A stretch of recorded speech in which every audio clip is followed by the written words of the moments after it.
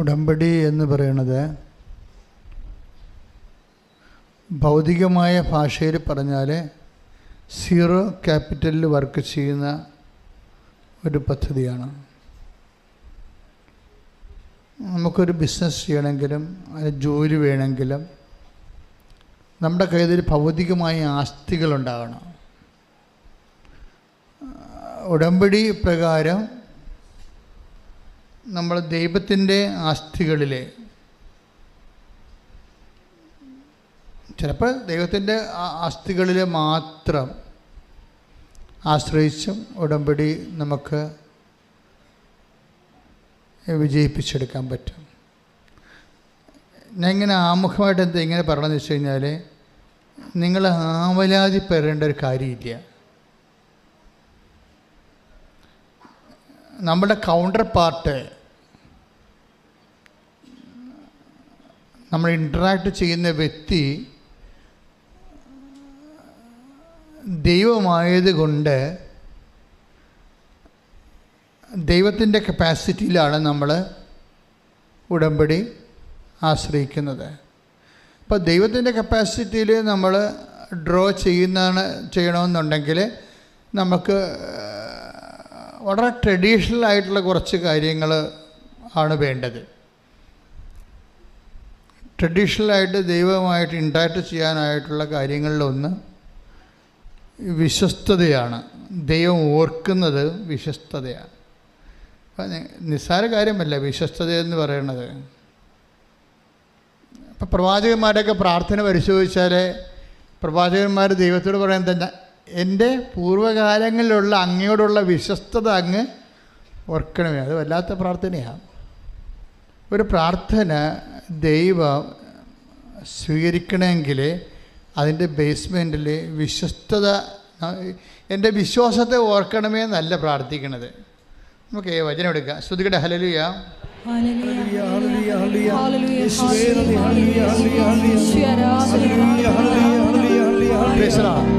ഈ എസക്കിയ രാജാവിനെ, എസക്കിയയുടെ രോഗശാന്തി നമ്മളുടെ ഉടമ്പടിയുടെ ഒരു പ്രധാനപ്പെട്ട സബ്ജക്റ്റാണ്.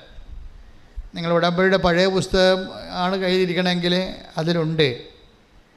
ആദ്യം ഞാൻ ഉടമ്പടി പുസ്തകം എഴുതുന്ന ഒരു കാലം 2016 കാലഘട്ടങ്ങളിൽ കർത്താവ് വളരെ ക്ലാസിക്കലായിട്ട് കുറച്ച് ഉദാഹരണം എനിക്ക് തന്നു. ഉടമ്പടി എഴുതിക്കൊണ്ടിരിക്കുന്ന സമയത്താണ് അതെല്ലാം മനസ്സിൽ ഓർപ്പിച്ച് തന്നിട്ട് ഞാൻ അപ്പം തന്നെ എഴുതിയത്. അപ്പം അതിനകത്ത് ഒന്ന് ഹെസക്കിയയുടെ രോഗശാന്തിയാണ്. എന്തുകൊണ്ട് നീ ഉപ്പ് ഉപയോഗിക്കുന്നു, എന്തുകൊണ്ട് നീ തൈലം ഉപയോഗിക്കുന്നു. ഇപ്പോൾ ഉപ്പിനെക്കുറിച്ചും തൈലത്തെക്കുറിച്ചൊക്കെ എഴുതിക്കൊണ്ടിരിക്കുകയാണ്. എനിക്കറിയത്തില്ല, എന്നോട് ഉപ്പിനെക്കുറിച്ച് പറഞ്ഞിട്ടുണ്ട്, തൈലത്തെക്കുറിച്ചൊക്കെ പറഞ്ഞുകൊണ്ടിരിക്കുന്നുണ്ട്. മനസ്സിൽ ആത്മാവ് ഇങ്ങനെ തെളിയിച്ചിട്ടുണ്ട്. പക്ഷേ എൻ്റെ മനസ്സിലേക്കാണ് ഇതൊക്കെ ഉപയോഗിക്കുമ്പോൾ എന്തുകൊണ്ട് എന്ന് ജനങ്ങൾ ചോദിച്ചാൽ ഞാൻ എന്ത് പറയും? ഞാൻ തിരിച്ചു ചോദിക്കും മനസ്സിൽ, കർത്താവ് ഉപ്പ് ഉപയോഗിച്ച് എന്തുകൊണ്ടാണെന്ന് ജനം ഉപയോഗിച്ച് ചോദിച്ചാൽ നമ്മൾ എന്ത് പറയും? തൈലം ഉപയോഗിക്കാൻ പറഞ്ഞിരിക്കണത് നമ്മൾ എന്തുകൊണ്ടാണ് തൈലം ഉപയോഗിക്കേണ്ടതെന്ന് ജനങ്ങൾ ഇങ്ങോട്ട് ചോദിച്ചാൽ, ജനങ്ങൾ എഡ്യൂക്കേറ്റഡാണ്. പകുതിയോളം ആൾക്കാർ ഇപ്പോൾ നമുക്ക് ഇവിടെ തന്നെ വരുന്നത് മെഡിക്കൽ ഫീൽഡിലുള്ളവരാണ്. അപ്പോൾ ശാസ്ത്രീയമായിട്ട് വിഷയങ്ങൾ പഠിച്ചിട്ടുള്ള ആൾക്കാരാണ്. അപ്പോൾ അവരിങ്ങനെ ഓരോരോ ചോദ്യങ്ങൾ ചോദിച്ചാൽ നമ്മൾ എന്ത് പറയും എന്നൊക്കെ എൻ്റെ മനസ്സിലെ ഒരു ആന്തരികമായ നിശബ്ദമായ ആശങ്കകളിലാണ് ഞാൻ എഴുതിക്കൊണ്ടിരിക്കുമ്പോഴൊക്കെ കർത്താവ് എനിക്കൊരു ബിംബങ്ങൾ കാണിച്ചു തരുമായിരുന്നു. അതിലൊന്നാണ് എസക്കിയ കാണിച്ചു. എസക്കിയ രാജാവാണ് അദ്ദേഹം. പക്ഷെ അദ്ദേഹത്തിന് പെട്ടെന്ന് രോഗം വന്ന് അദ്ദേഹം കിടപ്പിലാകുമ്പോൾ ആമോസിൻ്റെ മകൻ ഏഷ്യ ദീർഘദർശി വന്നിട്ട് എസക്കിയ രാജാവിനോട് പറയും, നിൻ്റെ സമയം തീരാറായി, നീ ബാലൻസ് ഷീറ്റൊക്കെ പരിശോധിച്ചിട്ട് കുടുംബകാര്യങ്ങൾ സെറ്റ് ചെയ്യാൻ പറയും. കൊടുക്കാനുള്ളവർക്ക് കൊടുക്കാനും വാങ്ങിക്കാനുള്ളവർക്ക് വാങ്ങിക്കാനും ഒക്കെ കൊടുത്തിട്ട് അത് കറക്റ്റ് ചെയ്യാൻ പറയും. അപ്പോൾ ഹെസക്കിയ സങ്കടപ്പെട്ട് ഭിത്തിയിലേക്ക് തിരിഞ്ഞിട്ട് കണ്ണീരോടെ പ്രാർത്ഥിക്കും. കരീന് ദിവസങ്ങൾ എണ്ണിയിരിക്കുകയല്ലേ. അപ്പോൾ തൻ്റെ കാര്യസ്ഥതയും കണക്കും ഒക്കെ ഓഡിറ്റ് ചെയ്ത് കറക്റ്റ് ചെയ്യാൻ വേണ്ടി പറഞ്ഞിരിക്കുകയാണ്. പ്രവാചകന് അരുളപ്പാടുണ്ടാകുന്നതാണ്. അപ്പോൾ അദ്ദേഹം കണ്ണീർ വാർത്ത് ഭിത്തിയിലേക്ക് നോക്കി, കർത്താവേ എന്ന് പറഞ്ഞിട്ട് പുള്ളിക്ക് എന്ത് പറയണമെന്ന് അറിയത്തില്ല. കാര്യം ടൈം കഴിഞ്ഞല്ലോ. അപ്പോൾ അതുകൊണ്ട് എന്ത് പറഞ്ഞിട്ടാണ് കർത്താവിൻ്റെ മനസ്സൊന്ന് ഇളകി. പുള്ളിക്കൊരു 10 കൊല്ലം കൂടി കിട്ടിയാൽ കൊള്ളാവുന്നുണ്ട്. പക്ഷെ അതിന് എന്ത് പറഞ്ഞ് പ്രാർത്ഥിക്കും? അതാണ് അദ്ദേഹത്തിൻ്റെ പ്രശ്നം. 10 കൊല്ലം കൂടി കിട്ടിയാൽ കൊള്ളാവുന്നുണ്ട്, പക്ഷെ അതിന് എന്ത് പറഞ്ഞ് പ്രാർത്ഥിക്കും? പക്ഷെ അദ്ദേഹം പ്രാർത്ഥിച്ച പ്രാർത്ഥന അതിലൊന്ന് ആദ്യത്തേത് യെശയ്യാ പ്രാർത്ഥിക്കുന്നത് 38:2 വായിച്ച് ശ്രുതികട ഹല്ലേലൂയ. യെശയ്യാ 38:2.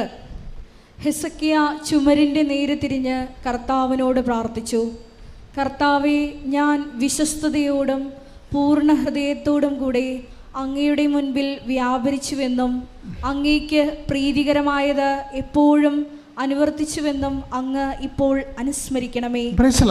ഇത് അതായത് നമ്മളെക്കുറിച്ച്, ഇതാണ് നമ്മുടെ ആസ്തി എന്ന് പറയുന്നത്.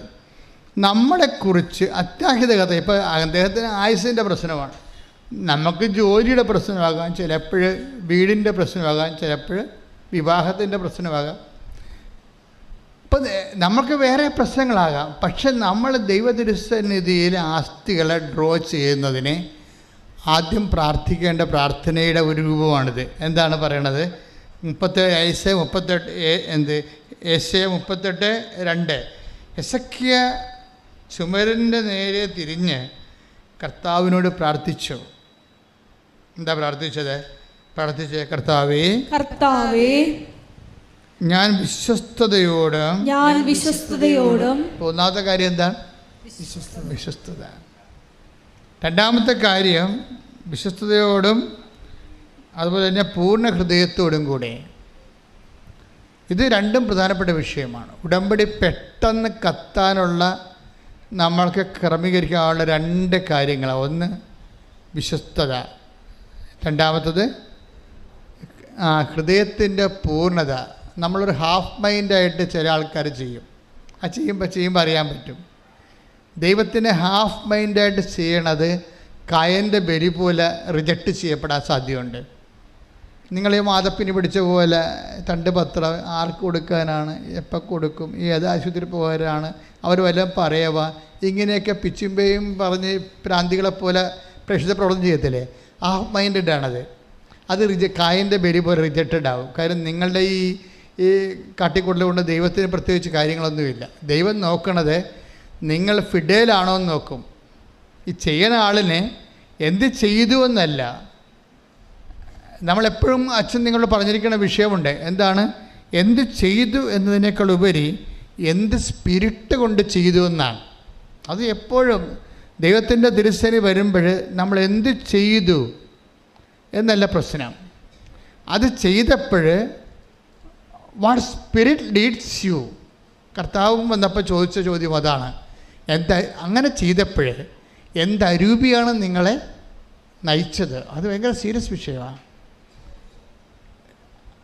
എന്തരൂപിയാണ് നിങ്ങളെ ഓരോ കാര്യങ്ങൾ ചെയ്യാൻ പ്രേക്ഷിത പ്രവർത്തനം ചെയ്യുമ്പോൾ എന്തരൂപിയാണ് നിങ്ങളെ നയിച്ചത് എന്ന് വെച്ച് കഴിഞ്ഞാൽ ദൈവസ്നേഹം കൊണ്ട് നമുക്ക് ചെയ്യാൻ പറ്റും, ദൈവത്തോടുള്ള കടുത്ത സ്നേഹം കൊണ്ട് ചെയ്യാൻ പറ്റും.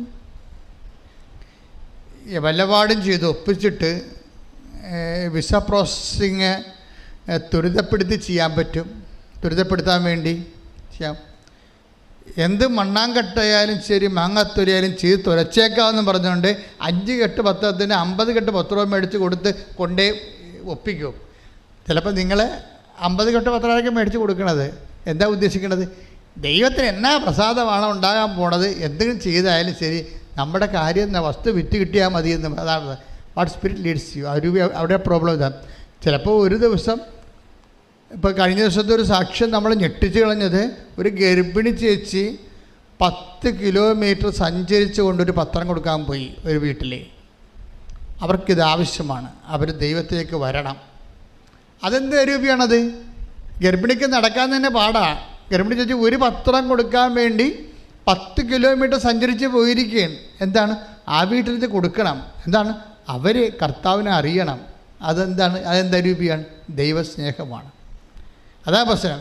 ചിലപ്പോൾ നിങ്ങൾ 10 കെട്ട് പത്രം കൊടുക്കുമായിരിക്കും, പക്ഷെ ഇത് എങ്ങനെയെങ്കിലും കൊടുത്ത് ചെന്ന് എണ്ണം തികച്ചിട്ട് അതുവഴി നമ്മുടെ വിസ പ്രോസസ്സിങ് ത്വരിതപ്പെടുത്തുക, പരീക്ഷ ജയിക്കുക എന്ന് പറയുമ്പോൾ നിങ്ങൾ സ്നേഹിക്കുന്നത് ആര്? നിങ്ങളെ തന്നെയാണ്, ദൈവത്തെ അല്ല. ദൈവത്തിന് അതറിയാം, അഭ്യാസം അറിയാം. നിങ്ങളെ തന്നെയാണ്. നിങ്ങളെങ്ങനെ കരകയറാൻ വേണ്ടി, കാര്യം കാണാൻ വേണ്ടി കഴുതക്കാലം പിടിക്കണമെന്ന് പറഞ്ഞതുപോലെ ദൈവത്തിൻ്റെ കാലെ പിടിച്ചേക്കാണ്. അത് ദൈവസ്നേഹമല്ല ശരിക്കും പറഞ്ഞു, നിങ്ങളുടെ വിഷയത്തോടുള്ള സ്നേഹമാണ്. അപ്പോൾ ദൈവത്തിന് അറിയാൻ പറ്റും അത് പൂർണ്ണ. അതാണ് യെസക്കിയ പ്രാർത്ഥിക്കണം. ഒന്നിനു വായിച്ചോളൂ. യെസക്കിയ 2:32. കർത്താവേ, ഞാൻ വിശ്വസ്തയോടും പൂർണ്ണ ഹൃദയത്തോടും കൂടെ അങ്ങയുടെ മുൻപിൽ വ്യാപരിച്ചുവെന്നും അങ്ങേക്ക് പ്രീതികരമായത് എപ്പോഴും അനുവർത്തിച്ചുവെന്നും അങ്ങിപ്പോൾ അനുസ്മരിക്കണമേ. ദൈവത്തിന് പ്രീതികരമായെന്ന് വെച്ച് കഴിഞ്ഞാൽ അത് ദൈവത്തിൻ്റെ ദൈവത്തിൻ്റെ പ്രീതികരമായിട്ട് എങ്ങനെ നമ്മൾ ജീവിക്കണത്, അത് വിൽ ഓഫ് ഗോഡ് ആണെന്ന് നോക്കണം. അതാണ് ദൈവത്തിന് പ്രീതി എന്ന് പറയണത്. ദൈവത്തിൻ്റെ ഇപ്പം നമ്മളിത് മുഴുവൻ പോണത് നിങ്ങളുടെ പ്രീതികരമായ വിഷയങ്ങളായിട്ടാണിത് വരണത് 14. അപ്പം ദൈവത്തിന് അറിയാം ഇത് നിങ്ങളുടെ വിഷയം നിറവേറ്റി കഴിഞ്ഞാൽ പിന്നെ നിങ്ങൾ ഉടമ്പടിയിൽ ഉണ്ടാകത്തില്ലെന്ന് ദൈവത്തിന് അറിയാം. കഴിഞ്ഞ ദിവസങ്ങളിൽ ഒരു ഫിലിം ഡയറക്ടർ ഇവിടെ വന്നിട്ടുണ്ടായിരുന്നു. അപ്പോൾ അയാൾ എന്നോടൊരു ചോദ്യമേ ചോദിച്ചുള്ളൂ. അയാൾ കുറേ നേരം ഇതിൻ്റെ അകത്ത് ഉടമ്പടി എടുക്കുന്നവരെ കണ്ട് നിൽക്കുകയാണ് അയാൾ. എന്നിട്ട് അയാളുടെ കൂടെ ഒരു അച്ഛൻ വന്നായിരുന്നു. അച്ഛൻ എന്നെ കയറി കണ്ടേച്ചും അച്ഛൻ പറഞ്ഞു, എൻ്റെ കൂടെ ഒരു ഡയറക്ടർ വന്നിട്ടുണ്ട്, അച്ഛന് 1 മിനിറ്റ് സംസാരിക്കാവോ, വല്ല കുഴപ്പമുണ്ടോ എന്ന് ചോദിച്ചപ്പോൾ ഇല്ല വിളിക്കാൻ പറഞ്ഞു. അപ്പോൾ ഡയറക്ടർ വന്ന് എൻ്റെ മുമ്പിൽ ഇരിക്കുകയാണ്. എന്നിട്ട് അയാൾ എന്നോട് ഒരു ചോദ്യം ചോദിച്ചു, ഈ ഉടമ്പടി എടുക്കുന്ന കക്ഷികൾ ഉടമ്പടി ജീവിക്കുന്നുണ്ടോ അച്ഛാന്ന് ചോദിച്ചു. ഞാൻ എടുത്ത വായിക്കും പറഞ്ഞ് 15% എന്ന് പറഞ്ഞു. അതാണ് അത് എൻ്റെ മനസ്സിൽ ഈശോ തന്നിരിക്കുന്ന 15%. അയാൾ ചോദിച്ചത് ഉടമ്പടി എടുത്ത വ്യക്തികൾ ഇപ്പം സിനിമാ നടന്മാരും അതുപോലെ തന്നെ പൈലറ്റുമാരും അതുപോലെ തന്നെ ശാസ്ത്രജ്ഞന്മാരും വക്കീലന്മാരും ജഡ്ജിമാരും ഒക്കെ ഉടമ്പടി എടുത്തിട്ടുണ്ട്. അപ്പോഴേ സാധാരണ മനുഷ്യർ ഉടമ്പടി എടുത്തിട്ടുണ്ട്. അപ്പോൾ അവരുടെ ചോദ്യം ഇതാണ്, ഉടമ്പടി എടുത്ത വ്യക്തികൾ ഉടമ്പടി ജീവിക്കുന്നുണ്ടോ, അവരുടെ പിന്നീടുള്ള അവരുടെ ജീവിതം എങ്ങനെയാണെന്ന് ചോദിച്ചു. പിന്നീടുള്ളവരുടെ ജീവിതം എങ്ങനെയാണ്, അതാണ് ചോദ്യം. അച്ഛനല്ല ചോദിച്ചത്, അൽമേനിയാണ്, വിശ്വാസിയാണ് ചോദിച്ചത്.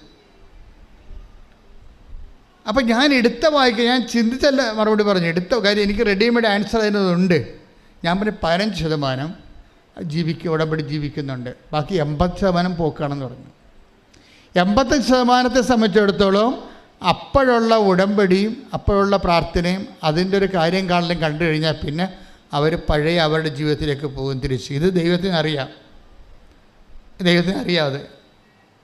അതുകൊണ്ട് പക്ഷേ നിങ്ങളുടെ കണ്ണീരും കരച്ചിലും കണ്ടുമ്പോൾ ജീവിച്ച് പോട്ടോ എന്ന് വിചാരിച്ചുകൊണ്ട് ദൈവം അത് ചെയ്തു തരണമെന്നേ ഉള്ളൂ. പക്ഷെ നാളെ കാര്യങ്ങളൊരു പ്രശ്നം ഉണ്ടായാൽ നിങ്ങൾക്ക് പ്രാർത്ഥിക്കാൻ പറ്റത്തില്ല. എന്താ കാര്യം? പ്രാർത്ഥിക്കണമെങ്കിൽ ഇങ്ങനെ പ്രാർത്ഥിക്കാൻ പറ്റത്തുള്ളൂ. നമ്മൾ ഭൂതകാലത്തെ നമ്മൾ അഡ്രസ്സ് ചെയ്തുകൊണ്ട് ദൈവത്തോട് പ്രാർത്ഥിക്കാൻ പറ്റത്തുള്ളൂ. ഭൂതകാലത്തെ അഡ്രസ്സ് ചെയ്തുകൊണ്ട്, അതാണ് ആസ്തി എന്ന് പറയണത്. ഭൂതകാലം എന്ന് പറയുന്നത് കഴിഞ്ഞുപോയ കാലം.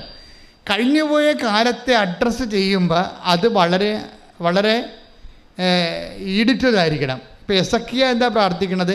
എൻ്റെ കഴിഞ്ഞുപോയ കാലം അത് വിശ്വസ്തതയുടെ കാലമായിരുന്നു. എൻ്റെ കഴിഞ്ഞുപോയ കാലം അത് പൂർണ്ണ ഹൃദയത്തോടെ അങ്ങേ സ്നേഹിച്ച കാലമായിരുന്നു.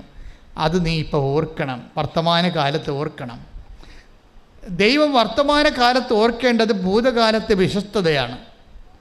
എൻ്റെ ദൈവവേദന ഭൂതകാലത്തെ വിശ്വസ്തത, ഭൂതകാലത്തെ കഴിഞ്ഞുപോയ കാലത്തെ ദൈവസ്നേഹം, പൂർണ്ണ ഹൃദയത്തോടെയുള്ള ദൈവസ്നേഹത്തെക്കുറിച്ച് നിനക്ക് അതിൻ്റെ ഒരു ആസ്തി ഉണ്ടെങ്കിലേ ദൈവം അറ്റകൈ ചെയ്യാൻ തയ്യാറാകും. അറ്റകൈ എന്ന് വെച്ച് കഴിഞ്ഞാൽ ഇപ്പം ഞാൻ ഒരിക്കൽ ആനാവറമ്പിൽ പിതാവ്, എൻ്റെ പിതാവ്, ഞാനും പിതാവായിട്ട് ബിഷപ്പ് ഹൗസിൽ സംസാരിച്ചുകൊണ്ടിരിക്കുകയാണ്. ഓരോ കാര്യങ്ങൾ പറഞ്ഞുകൊണ്ടിരിക്കുന്ന സമയത്ത് കൃപാസനത്തെക്കുറിച്ച് ഡിസ്കഷനിൽ വന്നപ്പോൾ പിതാവ് പറഞ്ഞു, ഇത് അത്ഭുതങ്ങളുടെ ധ്യാനകേന്ദ്രമാണെന്നാണ് പുറത്തറിയണത്. ബിഷപ്പുമാരൊക്കെ പറഞ്ഞിട്ടുണ്ട്, എന്താണ് ആനാവറമ്പ് അവിടെ ഭയങ്കര അത്ഭുതമാണ് നടക്കണതെന്ന്. അപ്പം ഇത് ധ്യാനകേന്ദ്രമാണെന്ന് പിതാക്കന്മാർക്ക് അങ്ങനെ കുറച്ച് ഐഡിയ ഇല്ല. ഇത് അത്ഭുതങ്ങൾ നടക്കുന്ന സ്ഥലമാണെന്നാണ് കേരളത്തിലെ ബിഷപ്പുമാർ ഞങ്ങളുടെ ബിഷപ്പിന് കൊടുത്തിരിക്കുന്ന ഒരു നോട്ട്. ഇപ്പം എൻ്റെ ബിഷപ്പ് എന്നോട് പറഞ്ഞ് അത്ഭുതങ്ങളുടെ സ്ഥലമാണെന്നാണ് പുറത്തുള്ള റിപ്പോർട്ടെന്ന് പറയണം. അപ്പം ഞാൻ പറഞ്ഞാൽ ശരിയാണ് പിതാവെന്ന്. അത് ശരിയാണ് പിതാവ്. കാരണം വെച്ചാൽ ദൈവം എവിടെയുണ്ടോ അവിടെ അത്ഭുതം ഉണ്ടാവും. It is very simple. വിശ്വസ്തതയും ഭാഗികമല്ലാത്ത പൂർണ്ണമായ ഹൃദയത്തോടുകൂടി ദൈവത്തിൻ്റെ തിരുസന്നിധി. നിങ്ങൾക്കറിയാമല്ലോ, ഞാൻ ഇന്നലെ കൊച്ചത്തിൻ്റെ കൂടെ പോയി കുമ്പസാരിച്ചു.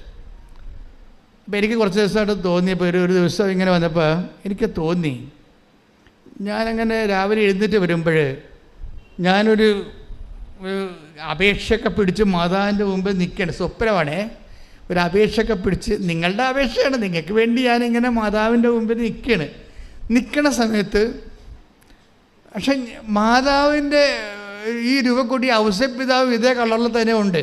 അത് ഞാൻ നേരത്തെ കണ്ടിട്ടുണ്ട്, ഞാൻ അല്ലാതെ തന്നെ പകൽ കണ്ടിട്ടുണ്ടത്. പക്ഷെ സ്വപ്നത്തിൽ വീണ്ടും വന്നു. ഔസേപ്പിതാവും മാതാവും കണ്ണടച്ച് എൻ്റെ അപേക്ഷ ഗൗനിക്കാതെ ഇങ്ങനെ ഉറങ്ങിക്കൊണ്ട് നിൽക്കണം. അപ്പോൾ രാവിലെ എഴുന്നേറ്റപ്പോൾ ഞാൻ ഡെസ്പായി. അപ്പോൾ എന്തോ കുഴപ്പമുണ്ടല്ലോ എന്ന് വിചാരിച്ചു. അപ്പോൾ ഇനി ജനങ്ങളുടെ കുഴപ്പമാണെങ്കിൽ ഞങ്ങൾക്കത് ഇവിടെ പ്രാർത്ഥിച്ച് തീർക്കാൻ പറ്റും. മധ്യസ്ഥ പ്രാർത്ഥന സ്ട്രോങ് ആക്കാൻ കഴിഞ്ഞാൽ എക്സിക്യൂട്ടീവ് വിളിച്ചു കൂട്ടി ഉടനെ മധ്യസ്ഥ പ്രാർത്ഥന സ്ട്രോങ് ആക്കാൻ പറഞ്ഞു. പിന്നെ ഞാൻ ഓർത്ത് ഇനി എൻ്റെ കുഴപ്പമല്ലതാണെന്ന് വെച്ച് ഞാൻ ഉടനെ കുറച്ച് ദിവസമായി കുമ്പസാരിച്ചിട്ട് ഞാൻ പോയി കുമ്പസാരിക്കാതെ പിന്നെ കുമ്പസാരിച്ചു. അപ്പോൾ എന്താ പ്രശ്നം വെച്ച് കഴിഞ്ഞാൽ, പണ്ട് ഞാൻ അതായത് 460 രൂപയ്ക്ക് ഓട്ടോറിക്ഷയ്ക്ക് പോയി കുമ്പസാരിച്ചിട്ടുണ്ട്. 460. അന്ന് ഉടമ്പടിയൊന്നും ദൈവം തന്നിട്ടില്ല. ഒരു ഓട്ടോറിക്ഷ പിടിച്ച് ഓരോ പള്ളികളിലും നടക്കുകയാണ്. അച്ഛനില്ല അവിടെ, കുമ്പസാരിക്കാൻ വേണ്ടി നടക്കുകയാണ്. അപ്പോൾ എനിക്ക് സ്വന്തമായിട്ട് വണ്ടി ഓടിക്കണ പരിപാടി പണ്ട് പോലെ ഇല്ല. ആരെങ്കിലും കൊണ്ടുപോകാനാണ് പോണത്. അപ്പോൾ അന്ന് ആരുമില്ല കൊണ്ടുപോകാൻ. അപ്പോൾ ഒരു ഓട്ടോറിക്ഷ പിടിച്ച് എന്തിനാണ് കുമ്പസാരിക്കാൻ പോകാനാണ്. അപ്പോൾ അടുത്ത ഒരു ആശ്രമത്തിൽ ചെന്ന്, അവിടെ അച്ഛനില്ല. പിന്നെ അവിടുന്ന് വേറെ ആശ്രമത്തിൽ പോയി, അവിടെ അച്ഛനില്ല. ആശ്രമം ഉള്ള പാട്ടിൽ പോയി അച്ഛനെ കണ്ടുപിടിച്ചപ്പോൾ 460 രൂപയെ ഓട്ടോറിക്ഷ. അപ്പം ഇത് 460 രൂപയ്ക്ക് കുമ്പസാരിക്കേണ്ട വല്ല കാര്യമുണ്ട്? എന്താ, നമ്മളധികം പാപസാഹചര്യങ്ങളല്ലല്ലോ ജീവിക്കണത്, കർത്താവിൻ്റെ ജോലി തന്നെയാണല്ലോ എപ്പോഴും ചെയ്യണത്. അപ്പോൾ പക്ഷേ എങ്കിലും ഞാൻ കുമ്പസാരിക്കാൻ വേണ്ടി 460 രൂപ പിടിച്ച് ഓട്ടോറിക്ഷ പിടിച്ച് പോകുമ്പോൾ അതിനാണ് വിശ്വസ്തത എന്ന് പറയണത്.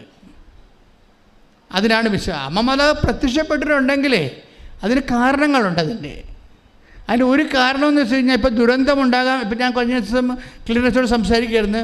ഒരു കാര്യമെന്ന് പറയണത്, ദൈവം എന്നോട് പറഞ്ഞ് അമ്മമാല പ്രത്യക്ഷപ്പെട്ടതിന് ശേഷം എന്താ പറഞ്ഞത്, ദുരന്തമുണ്ടാകാൻ പോണ് പ്രാർത്ഥിക്കണമെന്ന്. അപ്പോൾ ഞാനത് ബുദ്ധിപൂർവ്വം എടുക്കുന്ന ആളല്ല. ഞാൻ ദൈവം എന്താ പറയണത് അത് അതുപോലെ നടപ്പിലാക്കും. എനിക്കറിയാം ഇത് അച്ഛന്മാരൊക്കെ എന്നെ കളിയാക്കും, ഇതിങ്ങർക്ക് വട്ടുപോലെ തോന്നിയതാണ്, സ്വപ്നം കണ്ടതായിരിക്കും. ഇപ്പം ഇന്നലെ കണ്ണൻ എന്നും പറഞ്ഞൊരുത്തൻ, അവൻ കത്തോലിക്കൊന്നും അല്ല കേട്ടാ, അവൻ ക്രിസ്ത്യാനിയല്ല. കണ്ണൻ്റെ സാക്ഷ്യം എന്താണെന്ന് അറിയാമോ? പണ്ട് ഞാനിവിടെ സാക്ഷ്യം പറഞ്ഞതാണ്. കണ്ണൻ മലബാറുകാരനാണ്. കണ്ണൻ പറയണത് പണ്ട് ഞാനിവിടെ സാക്ഷ്യം പറഞ്ഞതാണ്. അന്ന് ഞാൻ പറഞ്ഞത് ഉടമ്പടി ആധ്യാത്മികതയുടെ ഒരു സ്കൂളാണെന്നാണ് പറഞ്ഞത്. പക്ഷേ ഇന്ന് ഞാൻ പറയണത് അതല്ല. ഉടമ്പടി എന്ന് പറയണത് നിത്യതയുടെ താക്കോലാണെന്ന്. ശ്രദ്ധിക്കട്ടെ. ഹല്ലേലൂയ, യേശു ഹല്ലേലൂയ, ഹല്ലേലൂയ, ഹല്ലേലൂയ. യേശുവേ, നിത്യജീവനിലേക്ക് ഞങ്ങളെ നയിക്കുന്ന ഉടമ്പടി എന്ന വലിയ പദ്ധതിക്ക് നന്ദി പറയുന്നു. പിതാവിന്റെ സ്നേഹത്തിന് നന്ദി പറയുന്നു. ഹല്ലേലൂയ, മഹത്വം, മഹത്വം.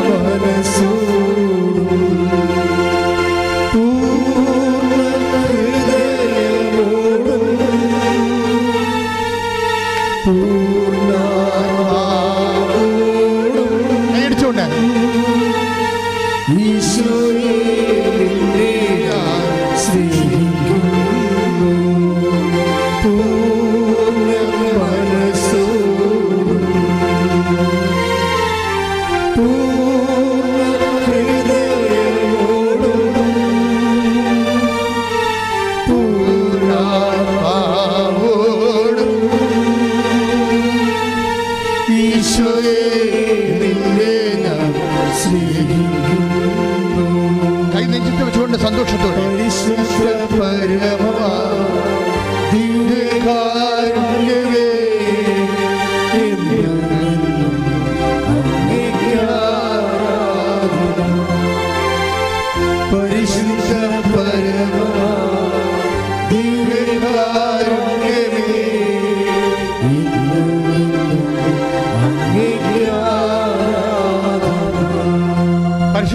ദിവ്യകാരുണ്യത്തിന് ആരാധനയും സ്തുതിയും പുകഴ്ചയും ഉണ്ടായിരിക്കട്ടെ. അപ്പം ബുദ്ധി കൊണ്ട് ദൈവത്തെ മനസ്സിലാക്കുന്ന ഒരു കാലത്തിൻ്റെ അപ്പുറത്ത് ഹൃദയത്തെ കൊണ്ട് മനസ്സിലാക്കുന്നവരുടെ ആധ്യാത്മിക അനുഭവങ്ങളെ ജാതിക്കും മതത്തിനും അപ്പുറത്താണ് കണ്ണന്മാർ ജീവിക്കണത്. എന്താണ്? ഉടമ്പടി നിത്യതയുടെ താക്കോല്. എന്തൊരു വർത്തമാനമാണ്! ഞങ്ങൾക്ക് ഇവിടെ കുമ്പിട്ട് പോയി. എന്താ കാര്യം? ഉടമ്പടി നിത്യതയുടെ താക്കോലെന്ന് പറയണമെങ്കിൽ പരിശുദ്ധാത്മാവ് നേരിട്ട് വന്ന് അവരോട് പറഞ്ഞു കാണും. അതാണ് അവൻ്റെ ജ്ഞാനം. ശ്രുതിക്കട്ടെ ഹല്ലേലൂയ.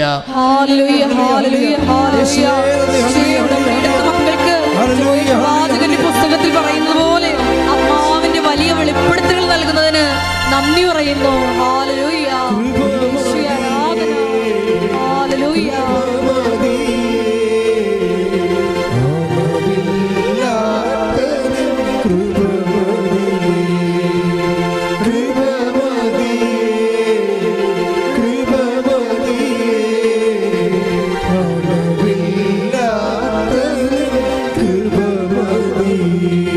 പരിശുദ്ധ പരമ ദിവ്യകാരുണ്യത്തിന്